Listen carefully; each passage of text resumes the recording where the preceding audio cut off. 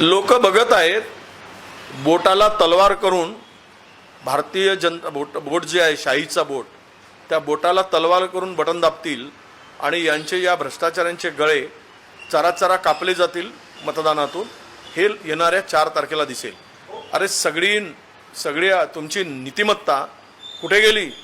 शेण खायला गेली का? इतके गंभीर आरोप केलेत.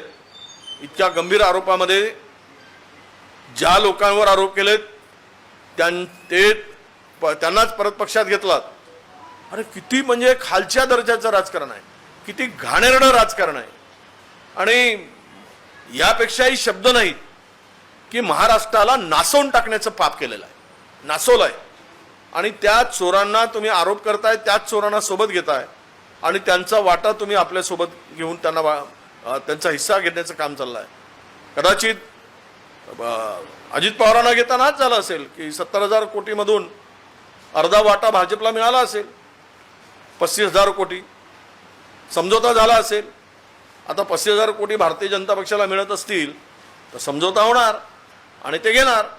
त्यामुळे त्यांना घेतलं असावं. यांच्याकडे काही ते आरोप होते हजारो कोटीचे, यातलाही काही माल मिळाला असेल भाजपला. निवडणूक चंदा तो रोजचा धंदाच आहे यांचा, तो चंदा घेतला असेल. ठळक घडामोडींसाठी देशोन्नती न्यूज चॅनलला सबस्क्राईब करा आणि बेल आयकॉन प्रेस करा. मुंबई, पुणे, नागपूर, मराठवाडा असो का विदर्भ, राजकीय, सामाजिक, शैक्षणिक क्षेत्र असो का क्रीडा, सर्वच घडामोडीचे विश्लेषण पाहायला विसरू नका. फक्त देशोन्नती न्यूजवर.